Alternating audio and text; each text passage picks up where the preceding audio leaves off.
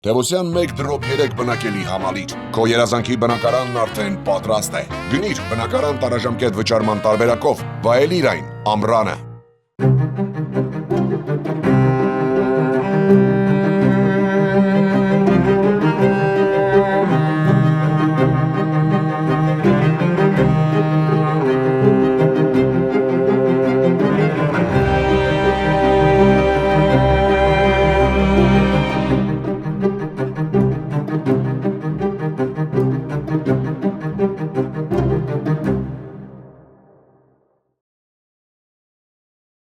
Բարի երեկո հարգելի բարեկամներ, լաբորատորիա հաղորդաշարի հերթական թողարկումն է։ Ինչպես միշտ այս անգամ էլ մենք ձեր ուշադրությանն ենք ներկայացնել մի քննարկում, որը առօրյա քաղաքական իրավիճակներից դուրս գտնվող թեմաներ են, բայց մեր խորին համոզմամբ կամ ժամանակին կանխորոշել են մեր պետության ու հասարակության զարգացման ընթացքը եւ այսօր էլ զգալիորեն կարող են ազդել այդ ընթացքի տարբեր դրսևորումների վրա։ Խոսքը վերաբերում է ընդհանուր, եթե կարելի ասել, հումանիտար անվտանգության հիմնախնդիրներին, մասնավորապես գիտական անվտանգության հիմնախնդիրներին, որովհետեւ մեր հասարակության մեջ երբ ասում ենք անվտանգություն, բոլորը հասկանում են հրթիռներ, բանակ, ժամանակակից տեխնոլոգիաներ, ի վերջո զինվոր զենքը ձեռքին, բայց Հայաստանը գտնվում է այնպիսի մի իրավիճակում եւ աշխարհն էլ այնպիսի մի իրավիճակում է, երբ բոլոր հասարակության պետության կենսագործունեության ոլորտները ունեն անվտանգային բաղադրիչներ։ Հիմա խնդրեմ իմ գործընկեր Գառանկին ներկայացնել մեր հյուրերի։ Բարև ձեզ, այսօրվա թեման քննարկելու համար մենք հրավիրել ենք փիլիսոփա կրոնագետ Վարդան Խաչատրյանին, բարև ձեզ, շնորհակալություն, որ եկել եք, եւ վիրուսաբան Հովակիմ Զաքարյանին, շնորհակալ ենք, որ եկել եք։ Սպարտակը ընդհանուր առմամբ նշեց ինչի մասին ենք այսօր ուզում խոսել, ասած գիտական անվտանգություն, կարող ենք զուտ տերմինների փոփոխելիության իմաստով ասել ինտելեկտուալ անվտանգություն, ընդունված է նաև շատ հոգևոր անվտանգություն հասկացությունը, բնականաբար դժվար է մեկ ձևաչափում բոլոր այդ շերտերին անդրադառնալ, մենք փորձել ենք այնքանով որքանով հնարավոր է դրանք զուգակցել, դուրս բերելու համար այն խնդիրները, որոնք այդ դաշտում կան այսօր մեր հասարակության մեջ, մեր պետության մեջ, որովհետև թեև շատ չի խոսվում այդ մասին, բայց շատ խնդիրների հիմքը հենց այդ տեղից է գալիս, որովհետև ինչպես Սպարտակը ասաց, մենք շատ խոսում ենք ֆիզիկական անվտանգության մասին, փորձում ենք դա պաշտպանել, ի վերջո դա գոնե չափելի է, բայց այն ինչ կատարվում է հոգևոր, ինտելեկտուալ անվտանգության տիրույթում ոչ չափելի է ըստ էության եւ ոչ էլ շատ հեշտ լուծումներ ունի ու որպես կանոն դրան չի էլ անդրադարձ, չի էլ կատարվում։ Պարոն Խաչատրյան, երևի խնդրենք դուք ներկայացնեք ձեր տեսանկյունը, ձեր տեսլական այս բոլոր հարցերի շուրջ, հետո մեր մյուս հյուրը կխոսի եւ կանցնենք քննարկման ռեժիմի։ Գիտեք, առաջի հերթին իմ վրա այս նյութի տպավորությունը այսպեսին է, էլի, որ սա երևի թե շատ կարևոր է հենց Հայաստանում քննարկելը։ Ես դա չեմ ասում, որ մենք բացառիկ ինչ-որ մի բան ենք, կամ որ մեր համար այդ անվտանգությունը ծայրահեղ մի երևույթ է։ Ուղղակի ամբողջ հարցը կանում է նրանում, որ այսօրվա աշխարհում արդեն գոյություն ունի պատվեր ամբողջ ժողովուրդների եւ ամբողջ պետությունների խնդիրները լուծել, ճանաչելով նրանց ինքնությունը, ճանաչելով նրանց անցած ճանապարհը եւ նույնիսկ կա դրանց, այսպես ասենք, մասնագիտացումները։ Օրինակի համար, ասենք Անգլիայում հիմա 2 մասնագիտացում է, որը պատմաբաններին համարվում է, որ պետք է տրվի, որ դա Անգլիայի պետության պահանջն է, system historians, այսինքն համակարգի պատմաբաններ, համակարգերը հետազոտող, investigating historians, այսինքն հետաքննող, որոնք դուրս ընկնող դեպքերն են պատմության քննում, որոնք չի տեղավորվում այն ուղու մեջ, որը նկարագրված է այսօր, եւ ինչի համար, բայց այնտեղ շատ հետաքրքիր է system historians, այսինքն դրանք այն մարդիկ են, ովքեր պետք է ուսումնասիրելով տվյալ ժողովրդին, տվյալ մշակույթը, տվյալ քաղաքակրթությունը, եթե կցանկանաք, գտնել այն պորտը, որին հարված հասցնելու դեպքում ամբողջը կփլուզվի։ Այսինքն մենք ապրում ենք այդ ժամանակներում, այսինքն սա արդեն շուրջ, եթե ես չեմ սխալվում, 8 տարի է արդեն այդ մասնագիտացումով թողարկվում են մարդիկ, որոնք պետք է զբաղվեն նրանով, որ փլուզեն բոլոր այն անցանկալի Մեծ Բրիտանիայի կամ Անգլիայի կամ կոլեկտիվ արևմուտքի շահերից բխող, շահերից հետևող երկրներին, որոնք դեմ են այդ շահերին, ինչ որտեղ խանգարում են, այսինքն ոչ միայն այն է, որ կա ճնշում ֆինանսական, վերջապես կա ճնշում նաև ռազմական, որի մասին մենք խոսեցինք անվտանգություն, ֆինանսական անվտանգությունը եւս ամենակարևոր բաներից մեկն է, բայց այսօր արդեն հարցը ասել է այնտեղ, որ պատրաստում ենք մասնագետներ, որոնց հետազոտությունները կհանգեցնեն գոյություն ունեցող հնարավոր հակառակորդների եւ օպոնենտների համակարգերի ոչնչացմանը։ Եվ այս տեսակետից թերևս ամենահետաքրքրականը լինենք մենք։ Ես չեմ տառապում իհարկե այն գաղափարով, որ մենք ենք բացառիկը, բոլորից տարբեր ենք, բոլորից բարձր ենք, առավել եւս երբևէ չեմ։ Հա, չէ, ես ուղղակի համարում եմ, որ այո, մենք ամենահին քաղաքակրթություններից մեկն ենք, կամենում ենք թե ոչ մենք։ Մենք արեգակնակենտրոն քաղաքակրթությունն ենք։ Նրա հիմքերը այնքան խորն են, որ դուրս բերելը արքետիպային հատկանիշները, որակները այսօր անգամ հնարավոր է նույնիսկ հետազոտելով, որի մասին մենք շատ քիչ ենք խոսում, էլի, մեր մատենադարանում գոյություն ունեցող նյութերը, որովհետև մատենադարանում գոյություն ունեն պոլիմսեստներ, որոնց հետևից որս է ընթանում ամբողջ աշխարհով մեկ, եւ մենք բացել ենք դա, հնարավորություն ենք տալիս նայելու, ինչ նշանակում պոլիմսեստ, որ մեր լսողները հասկանան ինչի մասին է խոսքը, այնքան թանկարժեք բան է մագաղաթը, որ նրա պահպանված էջերը լվացվում եւ վրայից նորից շարադրվել է։ Այսինքն այն նյութը, ասենք Աստվածաշունչ պետքա գրվի նախորդող մատյաններից, որոնք քրիստոնեական էլ չեն, որպես այդպեսին, պահպանված էջերը պահպանվել են, մնում են այսօրվա տեխնիկայի պայմաններում ամեն ինչը վերականգնվում է ամենայն մանրամասներով։ Եվ մենք դա բաց թողել ենք առանց մտածելու, որ սա իրականում մեր ինքնության առավել վտանգավոր դաշտը կարող է հանդիսանալ։ Այսինքն այսօր, երբ որ հասարակությունը ապրում է մեծ շրջադարձ, շատ մեծ շրջադարձ, որի նմանը մինչև այսօր չի եղել, չգիտեմ, մենք հնարավորություն կունենանք թե չէ, ասենք այդ 3 առանցքներից մենք կարող ենք խոսել, ասենք դեռևս Տրիսմեգիսի ժամանակներից եկող, բայց որ մենք մեր անվտանգությունը դրել ենք հարվածի տակ առանց գիտակցելու, առանց ընկալելու, մեր բոլոր տեսակի բողոքները այդ առումով ըստ էության ոչ մի բանի չեն բերել։ Եվ բացահայտ երևացող այդ վտանգը, օրինակ ես գտնում եմ, որ մենք պետք է այնուամենայնիվ բարձրաձայն ենք, ասելով, որ մենք մեզ ոչ մեկի չենք գերադասում, ինչպես սևակներ ասում, էլի, բայց այն ամենը, ինչը մենք ունենք, պետք է անթեղել։ Այդ ամենը պետք է պահպանել, որովհետև միայն մենք չենք։ Մեր հաջորդ սերունդները եւս պետք է խարսվածնեն, որ այստեղ կցանկանայի մի բան էլ ասել, էլի այդ իմ կյանքի ամենայուրօրինակ դեպքերից մեկն էր, երբ որ Վիկտոր Համբարձումյանը մեզ դասախոսություն էր կարդում փիլիսոփայության գիտական խնդիրները, կներեք, գիտության փիլիսոփայական խնդիրները, ես սխալ ասեցի։ Նա կարդում էր աներևակայելի հայերենով, հատու, ճշգրիտ, հատկական անգամ բառերի կիրառման մեջ։ Եվ մի անգամ այնպես ստացվեց, որ նա մենք էինք գնում, որ կարդայինք, չէր գալիս մեր մոտ կարդալու, իհարկե այդպեսին պետք է լիներ ակադեմիայի նախագահներ, եւ ինքը մի անգամ ասեց, իմ ասպիրանտների հայերեն քննությունը ես եմ ընդունում։ Ինչը մեզ զարմացրեց, դե այդ ժամանակաշրջանի խոշորագույն աստրոֆիզիկոսն է, սովետական միության խոշորագույն, էլ չենք ասում, Հայաստանի մասին չի խոսքը։ Եվ հանկարծ ինքը ասում է, որ ես եմ ընդունում։ Եվ մի անգամ ինքը ստիպված էր դուրս գալ մեր հետ միասին, այդ հետևի դուռը փակեր, ու ես հարցրեցի, թե ասի Վիկտոր Համազգեստովիչ, իսկ ո՞նց հասկանանք, այդ ինչի եք դուք ընդունում։ Նա ասենց ձգվեց, ասեց գիտեք ինչ կա։ Լեզուն մտածողության եղանակ է։ Ապագայի ֆիզիկոսներին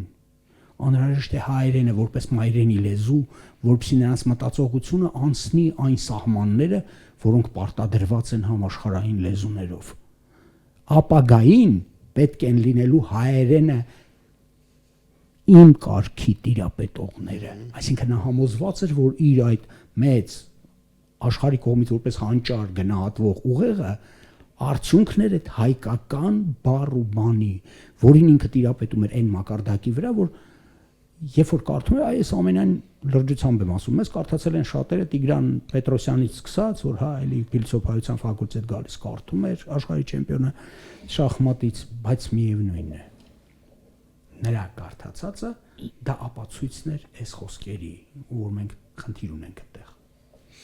Բարձրական ձեզ կխնդրեի հետևյալ ուրեմն հանգամանքի վրա ձեր խոսքում ուշադրություն դարձրեք։ Մենք առիթով ու անառիթ, շատ հաճախ ավելի անառիթ ասում ենք, որ մեր հիմնական խնդիրը բոլոր գործընթացների մեջ գիտելիքահենք կամ գիտահենք անելը, տնտեսություն մնացած եւ այլն, բայց հաճախ իրավիճակը այնպես է լինում, որ մեր, եթե կարելի ասել, թիվ 1 ռեսուրսը մտածող մարդը այնքան էլ պետական իմաստով կամ ոչ միայն պետական որևէ իշխանության մասին չի խոսքը, հասարակության մեջ այդ գիտնական մարդու հեղինակության, այդ դիրքից, որ գիտնականը եթե ինչ-որ մի բան ասում ենք, իր հետազոտությունը եւ այլնի հիման վրա է ասում, այդ դրա կարեւորությանը նաեւ անդրադառնանք այս թեմայի շրջանակներում։ Փորձենք։ Գիտեք, անվտանգության տեսակետից ես շատ նմանացնում եմ անվտանգությունը օրգանիզմի, այսպես իմունային համակարգի, պետության անվտանգությունը, որտեղ օրգանիզմի անվտանգությունը իմունային համակարգը բազմաթիվ կոմպոնենտներից է բաղկացած եւ ընդհանրապես համարվում է ամենաբարդ, այսպես համակարգերից մեկը ուսումնասիրության համար։ Եվ բավական է այդ բարդ համակարգի մեջ մի կոմպոնենտը, օրինակի համար, չաշխատի, օրինակ միավի վարակի ժամանակ մեկ տեսակի բջիջները մահանում են, քանակը նվազում է եւ ամբողջ իմունային համակարգը տապալվում է եւ օրգանիզմը մահանում է։ Եվ այդ տեսակետից պետության անվտանգությունն էլ դա իմ կարծիքով միայն կոնկրետ ռազմական ուժերը չեն։ Բազմաշերտ այսպես կոմպոնենտներ կան, թե տնտեսական, թե մշակութային, թե իհարկե ռազմական եւ բոլոր այդ կոմպոնենտների առանցքում, հիմքում տվյալ կոմպոնենտին բնորոշ գիտելիքի գոյությունն է եւ այդ գիտելիքի գործածումը։ Գիտեք ինչ, ոչ միայն նույնիսկ գործածումը, այլ հնարավորությունը ստեղծել գիտելիք, որովհետեւ մի բան է եղած գիտելիքը օգտագործել, որը շատ կարեւոր է, միանշանակ։ Շատ հարցերում պետք չի նոր գիտելիք ստեղծել, ընդհանրապես բավական է եղած գիտելիքը ճիշտ ձևով ճիշտ բանին օգտագործել, բայց շատ հարցեր էլ կան, որտեղ նոր գիտելիքը տվյալ պահին ստեղծելը շատ ավելի կարևոր է եւ կարող է շատ ավելի արդյունավետ լինել հատկապես անվտանգության տեսակետից։ Հիմա տեսեք, օրինակի համար ստեղծել ինչ որ թռչող անօդաչու սարքեր, դրանք շատ նոր գիտելիք չեն պահանջում։ Անօդաչու սարքերը, որոնք կան, մենք վերջին, չգիտեմ, 7-8 տարվա ընթացքում ենք այդ մասին խոսում, բայց այդ սարքերը առնվազն վերջին 35-40 տարին գոյություն ունեն։ Աստիճանաբար դրանք կատարելագործվել են, հա, հատկապես երբ որ սկսել են զարգանալ նաև մեքենայական ուսուցման մեթոդները, որոնք էապես, այսպես ինտելեկտ են տվել այդ սարքերին, հա, դրանց կիրառումը էլ ավելի, այսպես սկսել է ծաղկել։ Հիմա անօդաչու սարքեր սարքելու համար մեծ գիտելիքներ ստեղծելու տեսակետից պետք չեն։ Եղած գիտելիքներ, եթե կարողանաս կիրառել, բավական է, բայց պարզվում է, որ այդ գիտելիքների կիրառման համար են պետք գիտելիք ունեցող մարդիկ, այսինքն պետք են համապատասխան մասնագետներ, ինժեներներ, մաթեմատիկներ, ֆիզիկոսներ, որոնք եղած գիտելիքը կարողանում են շատ ճիշտ ձևով վերարտադրել։ Ամբողջ մի հսկա պետություն, ինչպես օրինակ Չինաստանն է, բացի ահռելի քանակով նոր գիտելիք ստեղծելուց, ինքը նաև եղած գիտելիքն է կրկնօրինակում, շատ հաջող ձևով, եւ այդ կրկնօրինակման process-ի մեջ միշտ ինչ որ պահից սկսած դու կարողանում ես նաև նոր գիտելիք ստեղծել, որովհետև եթե նույնիսկ սխալվելու հիմքով դա լինի, մեկ սխալը բերում են, որ տեսնում եմ, որ նոր ինչ որ բան է ստացվում։ Հիմա մենք ինչ ենք տեսնում, մենք տեսնում ենք, որ գոնե գիտության ոլորտում, ես այլ ոլորտների մասին չեմ կարող որևէ կարծիք հայտնել, բայց գոնե գիտության ոլորտում առնվազն վերջին, լավ, ես կասեմ այն պայից, երբ ես եմ գիտությամբ զբաղվում, վերջին 17 տարվա ընթացքում տեղի ունենում մարդկանց գիտաշխատողների քանակի նվազում եւ այդ այսպես անընդհատ է նվազում, այսինքն կա մի ինչ որ կրիտիկական քանակ, որից հետո եթե արդեն նույնիսկ դա չես կարող ապահովել, այլևս բավական ներուժ չունես նույնիսկ եղած գիտելիքը, ոչ թե նոր գիտելիք ստեղծել, այլ եղած գիտելիքը վերարտադրել, չունես բավական քանակի մասնագետներ, որոնք կարող են տարբեր ոլորտների համար խորհրդատու հանդիսանալ, դլինի առողջապահությունը, լինի անվտանգության ինչ-որ պաշտպանության ոլորտները եւ այլն։ Եվ հետեւաբար հարց է առաջանում նույնիսկ եղածը կարող ենք ճիշտ ձևով օգտագործել։ Եթե պատկերացրեք, օրինակի համար նորից ռազմական ոլորտին գնանք, բերում եք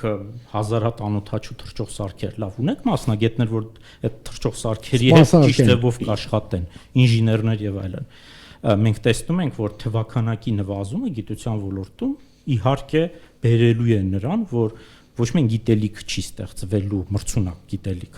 այլ եղած համաշխարհային գիտելիքներ չես կարողանալու նորմալ օգտագործել, որովհետև չկան մարդիկ, որոնք կկրթեն այն երիտասարդներին, որոնք պետք է գնան եւ այդ գիտելիքը, եղած գիտելիքը օգտագործեն ճիշտ տեղում, ճիշտ պահին։ Երևի մեր հոգևոր ինտելեկտուալ անվտանգության բացերի մասին է խոսում առաջին հերթին այն, որ մենք չենք ընկալում այն ամեն ինչի մասին դուք երկուստ էլ խոսեցիք, որովհետև դրանց լուծումներ գտնելու համար նախ պետք է ճանաչել այդ խնդիրները, բայց մենք չգիտենք, օրինակ, եթե մենք խոսենք անօթաչու թռչող սարքերի մասին, գրեթե բոլորը կասեն ֆինանսական միջոցներ չունենք, եթե խոսենք այն խնդիրների մասին, որոնք դուք ասացիք, օրինակ մատենադարանի հետ կապված, կասեն, բայց մենք բաց ենք, ազատ հասարակություն ենք եւ այլ, նկատի ունեմ, մենք ինչպես գրեթե ամեն ինչում մակերեսը գերադասում ենք խորքից եւ նաեւ այդ պատճառով ունենք այս խնդիրները։ Ես կուզենայի, որպեսզի կոնկրետացնենք Պարոն Խաչատրյանի ասացից շատ հետաքրքիր էր ձեր խոսքը եւ շատ հարցեր կարելի է դուրս բերել, բայց ես կուզենայի այնուամենայնիվ կենտրոնանալ ինքնության խնդիրների վրա, որովհետեւ հավաքականորեն այն բոլոր այդ ձեր ասած սպորտը, որը թիրախավորում են թիրախավորողները, ի վերջո ինտեգրալ իմաստով վերաբերում է մեր ինքնությանը։ Եթե չեմ սխալվում, Հանտինգտոնը, ով ենք մենք իր աշխատության մեջ մի այսպիսի անկախ դրանից ոնց ենք իրեն վերաբերում, այսպիսի ձևակերպում ունի, որը ինձ դուր է եկել, ասում է, որ ինքնության համար ցանկացած հանրույթ կամ ազգ պետք է պատասխանի 3 հարցի՝ ով ենք մենք, ով չենք մենք եւ ում դեմ ենք մենք։ Եվ ասում է, որ բոլոր այն հանրույթները, ազգերը, ովքեր ունեն այս հարցերի պատասխանները, նրանք ունեն շատ ավելի մեծ դիմադրողականություն բոլոր առումներով, քան նրանք, ովքեր դեգերումների մեջ են։ Այ ես ձեզ կուզենայի երկուսդ էլ այս 3 հարցերին փորձենք պատասխանել։ Ով ենք մենք, ով չենք մենք եւ ում դեմ ենք մենք։ Այո։ Ну, քանի որ տվեցիք Հանտինգտոնի անունը, ես չեմ կարող այդ գայթակղությունը ունենալ, 2 բառ ասել այդ մասին։ Վերջերս ես հանդիպեցի շատ լուրջ հետազոտության վերաբերող նրան, թե ամերիկյան իրականության ներկայիս խնդիրները ինչ շեղման հետևանք են։ Եվ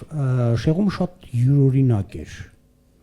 Շատ մանրամասն նյութի հիման վրա ապացուցած էր, որ Ֆրանսիս Ֆուկույամայի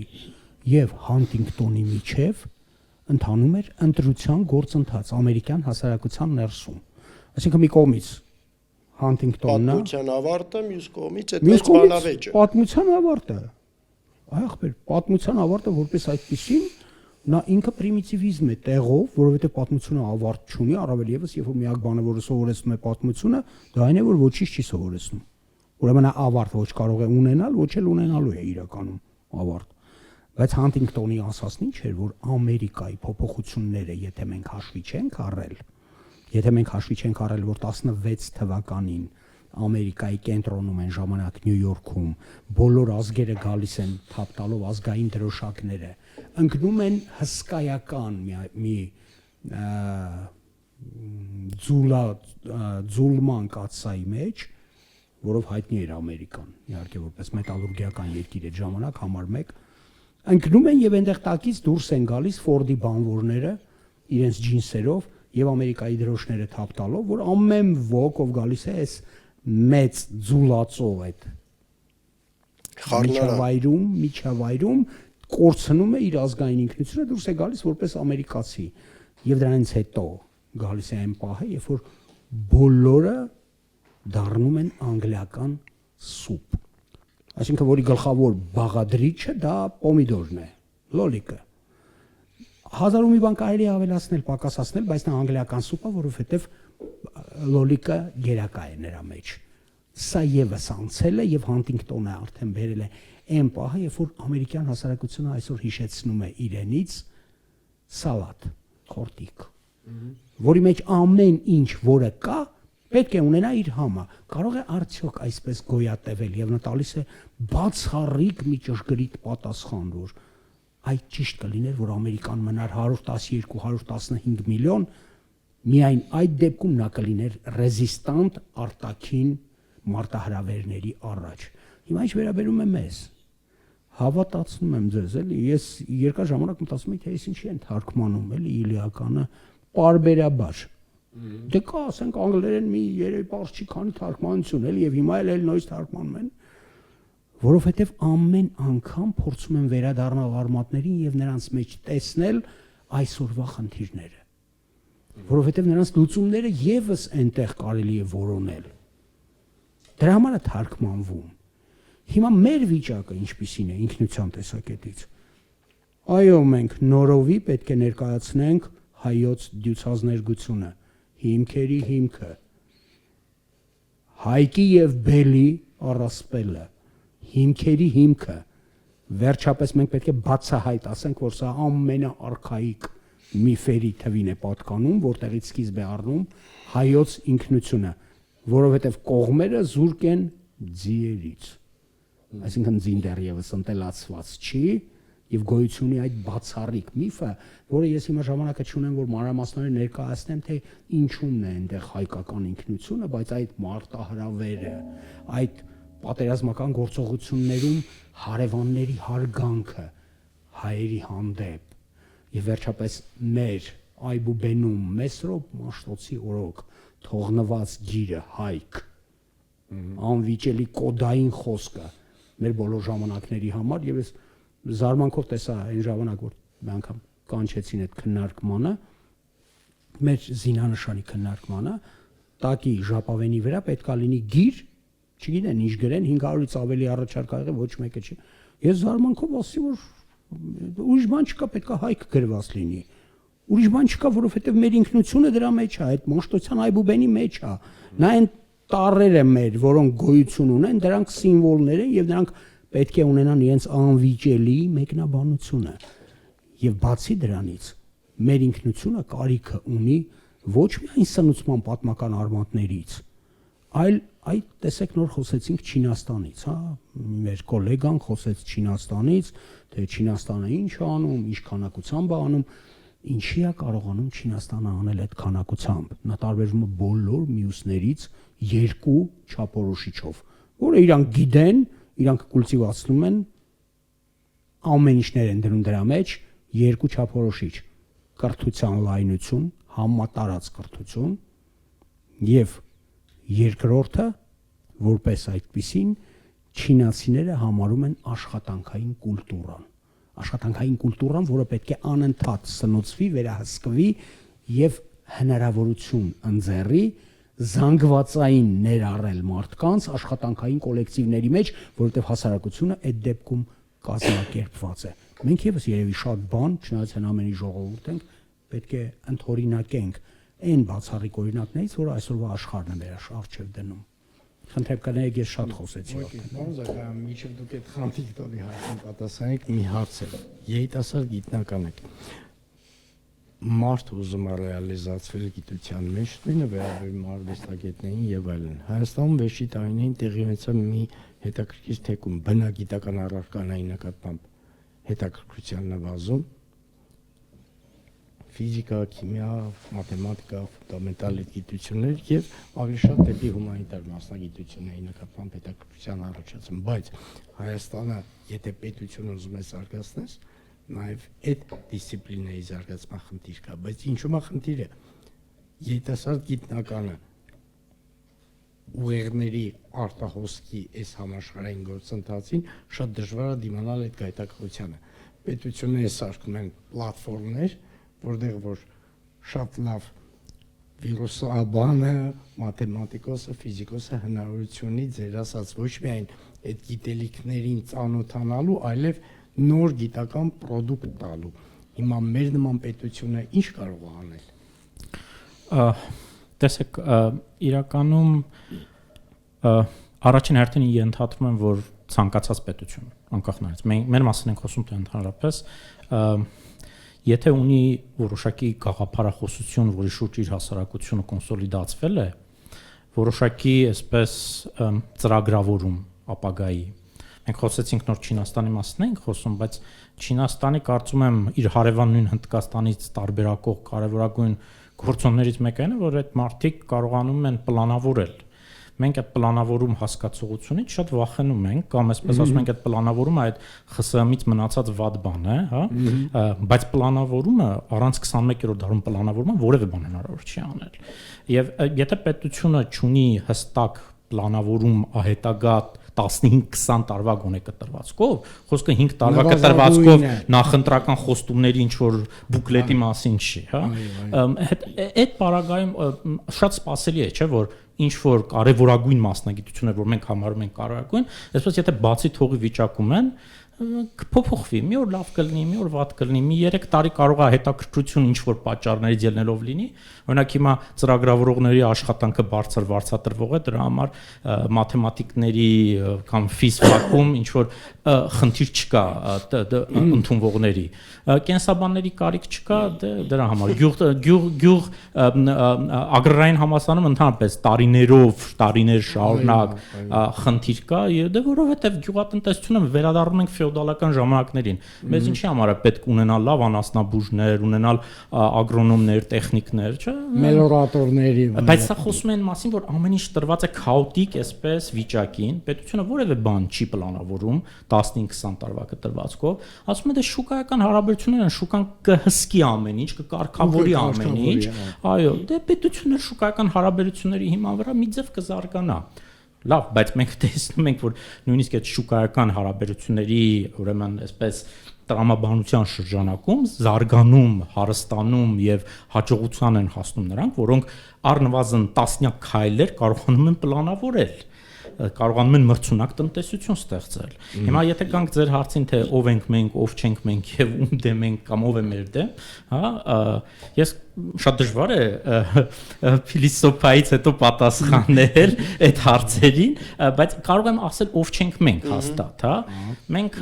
եթե հիմիկվա մեր հասարակության մասին ենք խոսում, հաստատ այն հասարակությունը չենք, որը պլանավորում է, հաստատ այն հասարակությունը չենք, որը պատրաստ է երկար ժամանակ այսպես դիմանալ որոշակի սահմանափակումներին հանուն ավելի այսպես լավ ապագայի։ Այսինքն, եթե գիտես, որ մի 15 տարի հետո իմ երեխան արդեն շատ ավելի լավ այսպես միջավայրում կլինի, ես ոչինչ, հիմա կդիմանամ որոշակի զրկանքներ, չէ։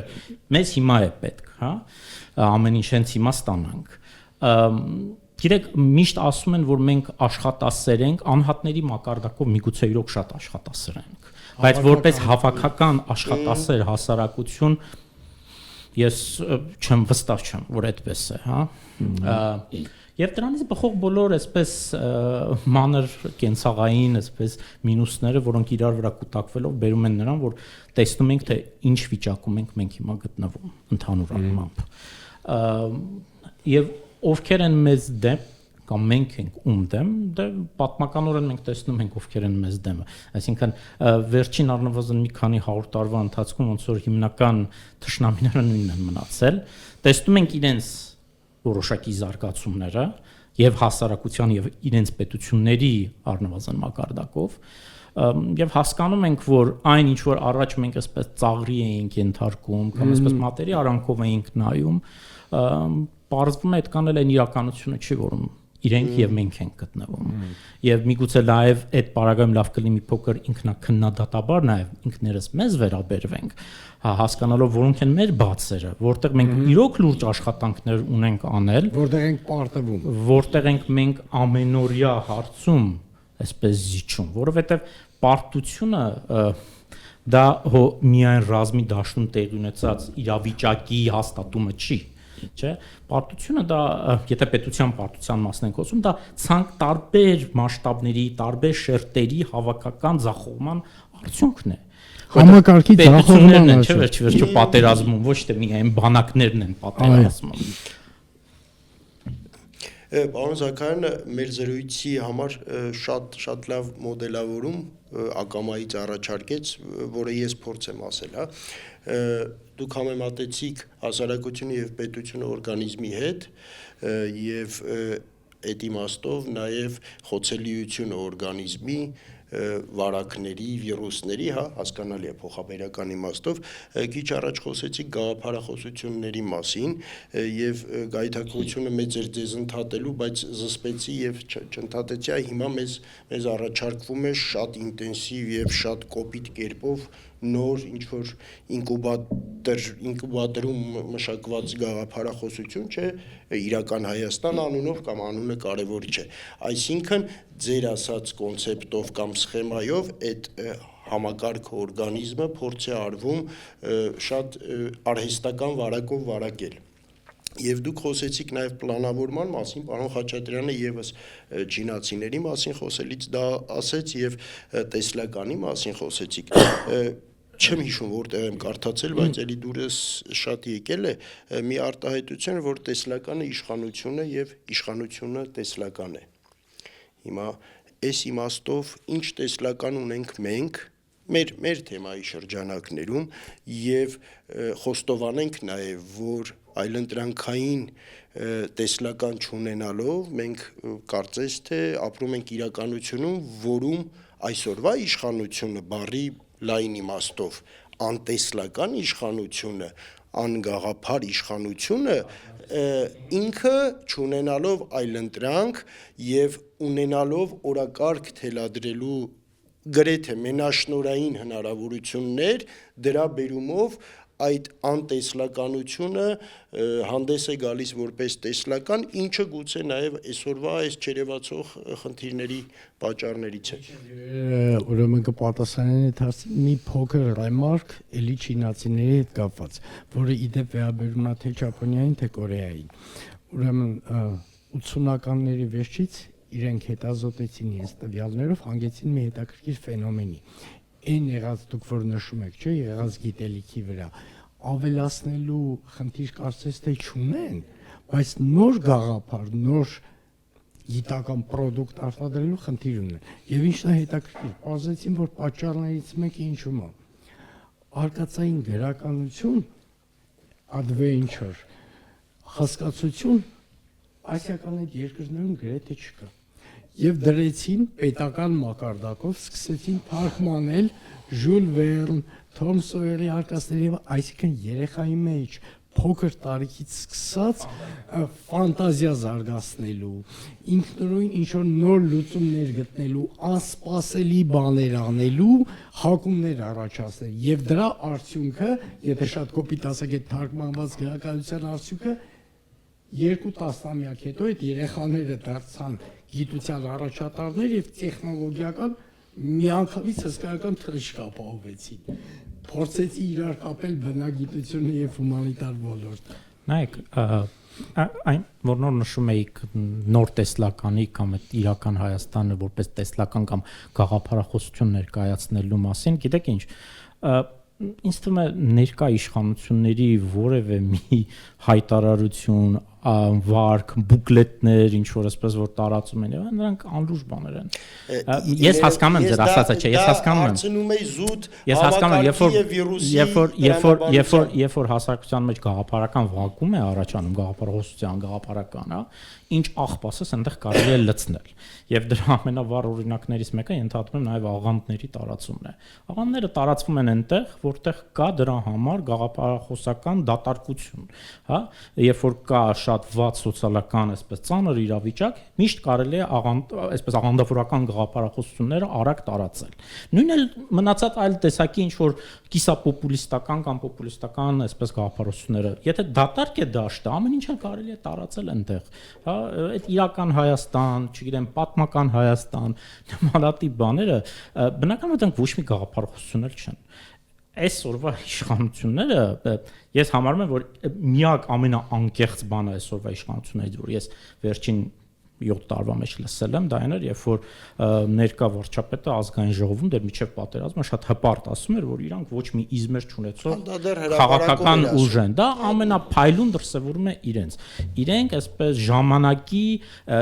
իրավիճակի այսպես հոսանքով գնացող մարդիկ են։ Այսօր պետք կլինի իրենք կլինեն լիբերալներ, ընտրություններից առաջ, հենց ընտրություններից մի օր առաջ իրանք կլինեն շատ թունդ սոցիալիստ կոմունիստներ, որպեսզի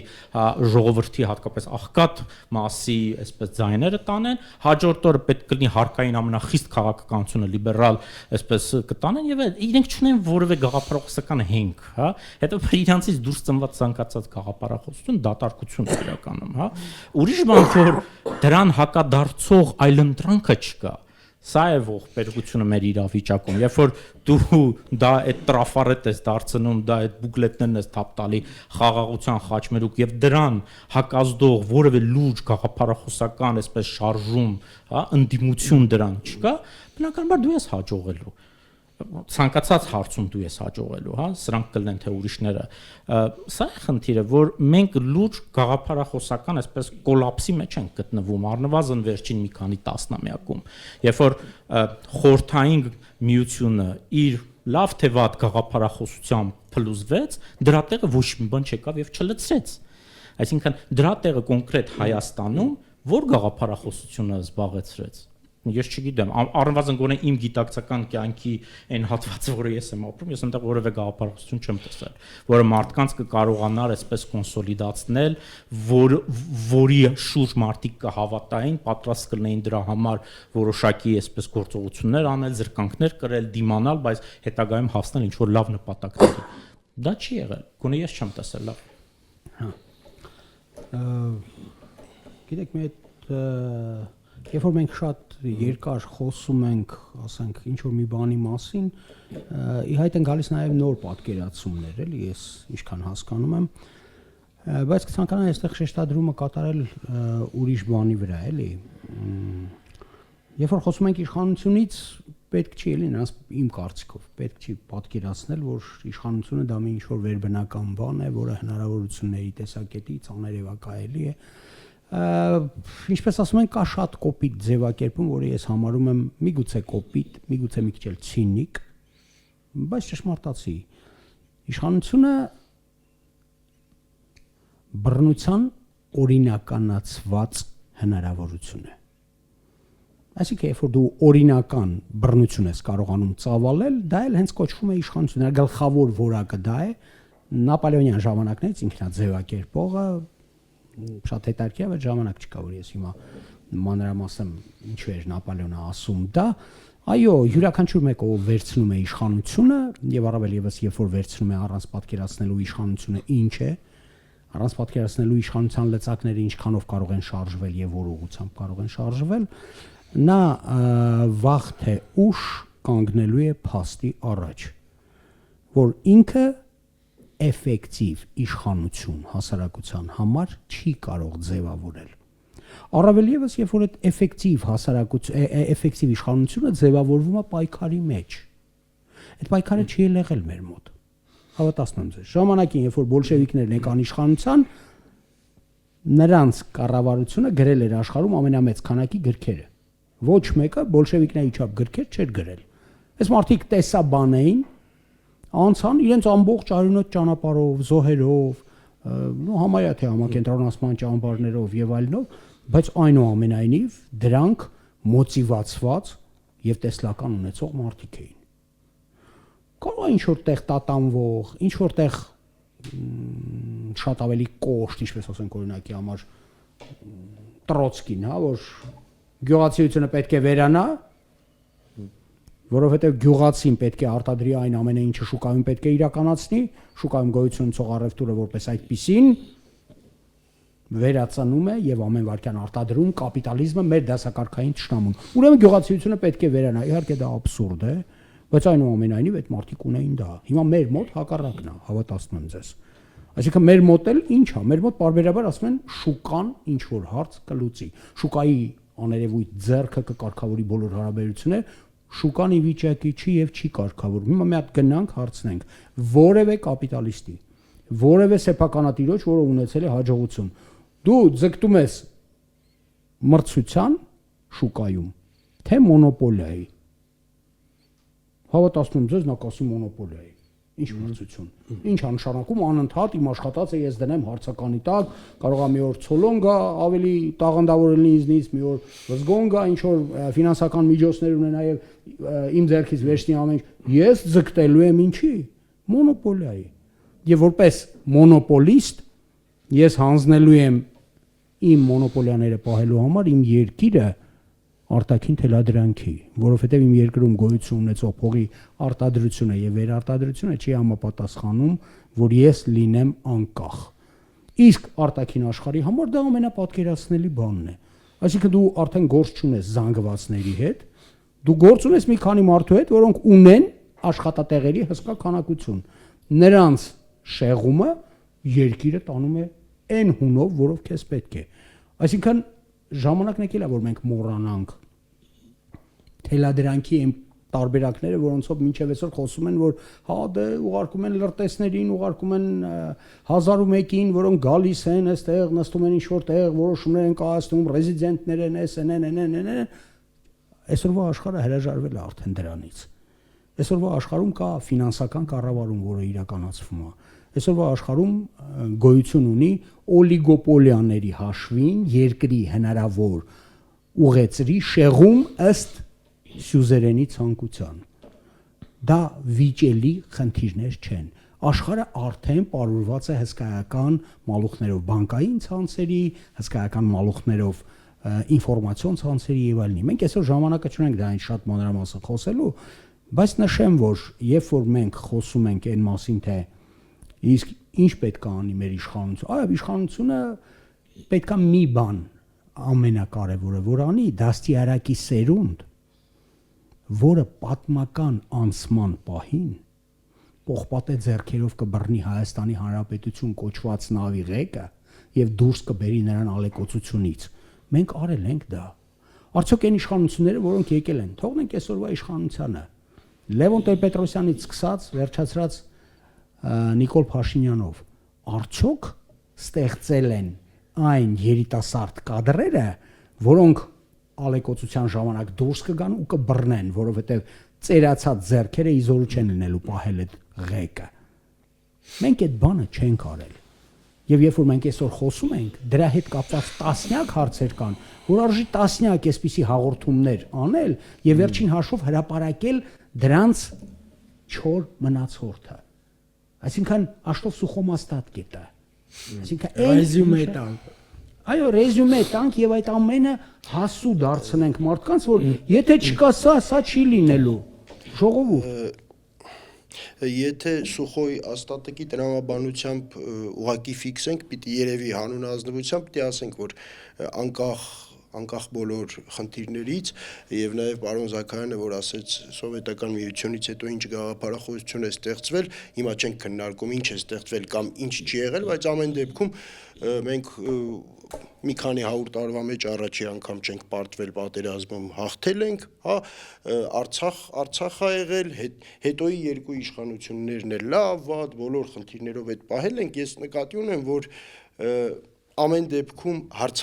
անգամ հարցադրման մակարդակում հավասարության նշան դնելը կարծում եմ չասեմ սխալ, գոնե իմ համար այդքան ընդունելի չի, բայց ես զուտ իմ կարծիքն եմ ասում։ Եվ ինչի սա ցանկացա ասել, որովհետև ձեր հարցադրումը, պարոն Խաչատրյան, ինչ պիտի անի իշխանությունը կամ ոչ թե հարցադրումը, այլ պնդումը, ըստ էության մենք չենք քննարկում գոնե այսօրվա իշխանության մասին, որովհետև մենք քննարկում ենք լայն իմաստով այն իրավիճակը, որ այսօրվա իշխանության պատճառով եւ նրա արածների ու չարածների պատճառով է ստեղծվել այս իրականություն։ Նկատի ունեմ ինքնախապեյություն կլինի ակնկալել, որ այն վիրուսները ծնող իշխանությունը, որի մասին քիչ առաջ խոսում էին, գաղափարական պիտի անի հակառակը։ Բայց այստեղ թույլ տվեք մի բան ասեմ, էլի, տեսեք, ձեզնից բացի շատերն են այդպիսի գաղափարեր ասում, որ դե Արցախի ազատագրումը ժամանակին, հա, դա ինչով պակաս գաղափարախոսություններ կամ Արցախը ինքնին ինչով պակաս գաղափարախոսություն, բայց Արցախը ինքնին գաղափարախոսություն չէր, հա, գաղափարախոսություն կարա լինի օրինակի համար սեփական բնական, այսպես արիալի վերականգնումը, հա, Չի կարող լինել դա գաղափարախոսություն։ Չէ, տեսեք, նայեք, Չէ, պետք է սահմանի արիալի գաղափարախոսությունը նոր խոսենք։ Տեսեք, ամեն ինչը կարող ասել տեսեք, լավ, տերմինները կարող տերմինների այսպես հստակեցման կարիք կա, բայց միտքը հետեւյալն է։ Ծրագիր, եթե ասում Ծրագիր, ցանկ, ծրագիր, խնդիրների, ծրագիր։ Բայց ոչ Ինքնին առավել եւս ուրեմն Արցախը չի կարող գաղափարախոսություն որպես այդպեսին չասացի լինել։ որ Արցախը գաղափարախոսություն։ Հետևաբար այստեղ խնդիրը հետևյալն է, կամ ծրագիրը, կամ ծրագրի հիմքում եղած որևէ գաղափարախոսություն, ազգային գաղափարախոսություն կարող լիներ նրա շուրջ, որ գիտեք ինչ, մենք այս բնակչությամբ, քանակով եւ այս սահմաններով առաջիկա, չգիտեմ, 50 կամ 100 տարվա կտրվածքով կենսունակ չենք լինելու, հա? Հետևաբար բնական արիալի ընդլայնման խնդիր ունենք եւ այդ բնական արիալը ոչ թե ուրիշի հաշվին ենք ընդլայնում, այլ մեր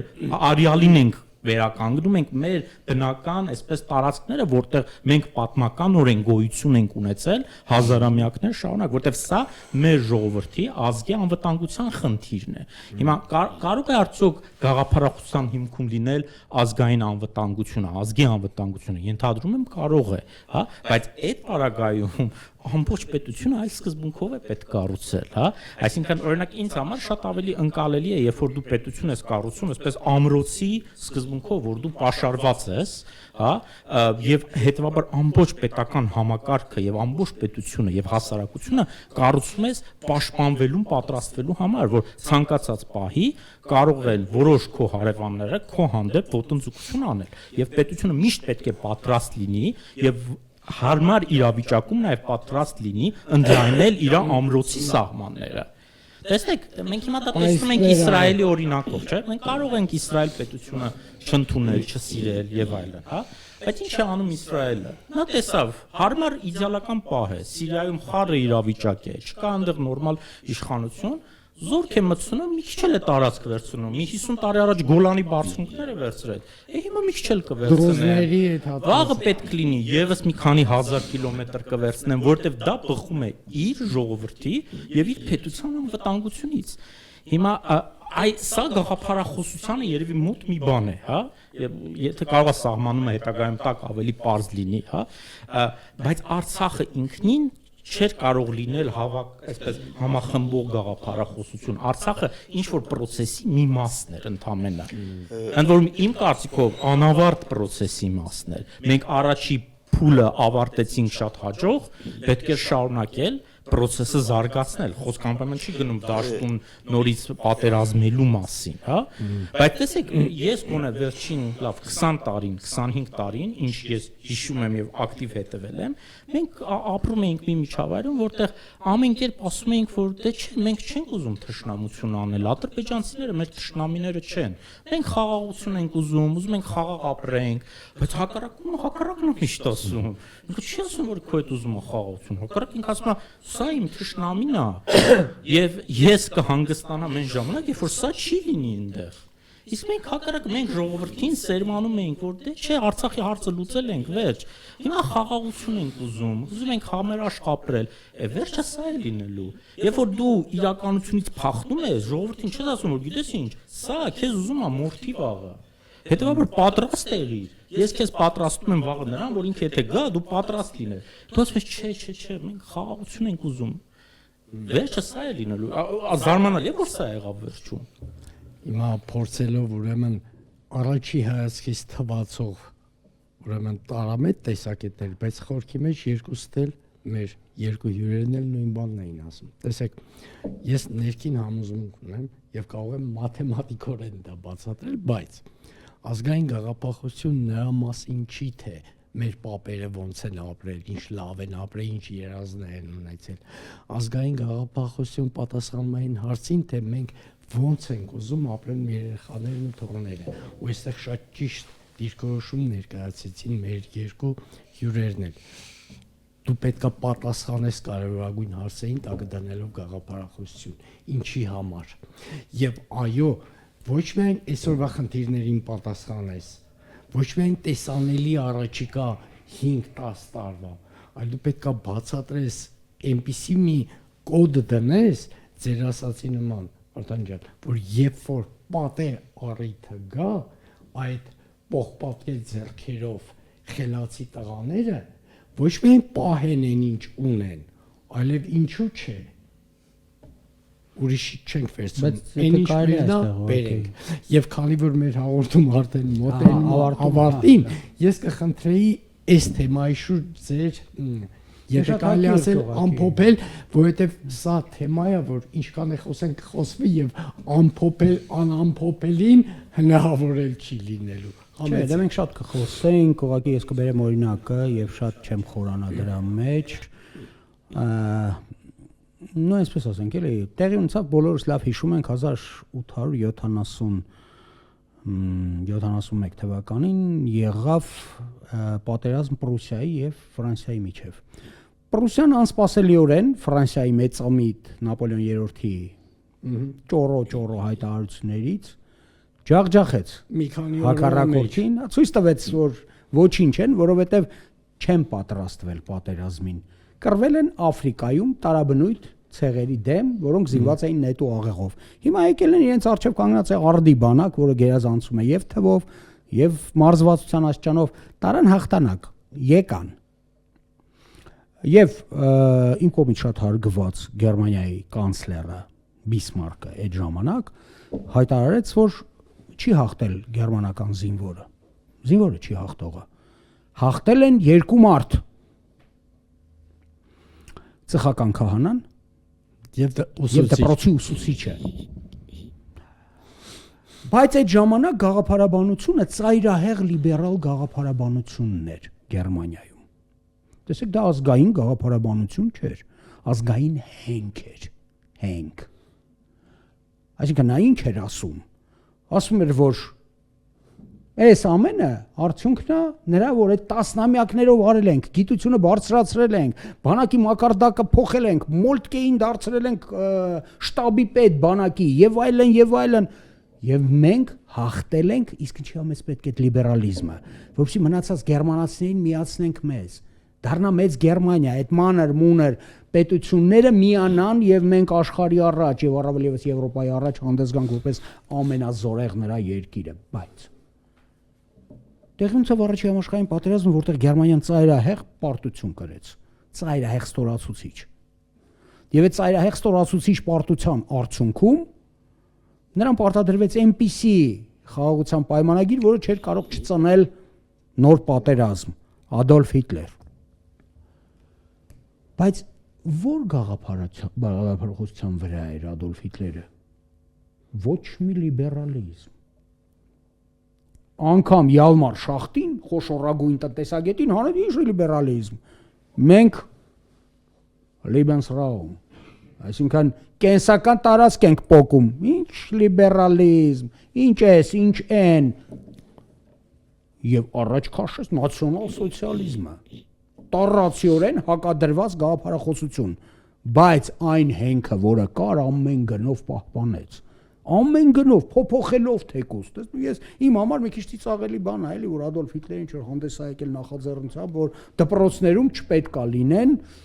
վարժություններ, չպետքա մաթեմատիկական ծանրաբեռնվածություն, այլ ամեն ինչ խաղի միջոցով պետքա տրվի։ Այդ էլ իր տեղն ունեցավ հետագայում, բայց այն որ գաղափարախոսությունները ընդամենը 7-8-ն են։ Նրանք խոսում են միայն մեկ բանի մասին։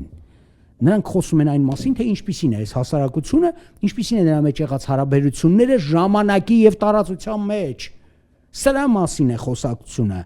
Իսկ այն ամենը, ինչը պետք է արվի, դա ազգային գեր խնդիրների ցանկ է, որը ամեն գնով պետք է արվի։